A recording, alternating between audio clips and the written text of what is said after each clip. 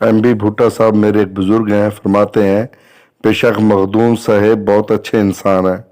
वो अक्सर जनाब वजीर आजम से मुलाकात करते रहते हैं। बाकी गुजारिशात के साथ साथ छोटी सी इल्तिजा पहुँचाई जाए, हुकूमत जो 14,000 रुपये दे रही है उन मुस्तहिकीन में बेशतर अफराद भीख मंगों पर मुश्तमिल है, जिन्होंने कभी भी मुल्क की तामीर और तरक्की में हिस्सा ही नहीं लिया।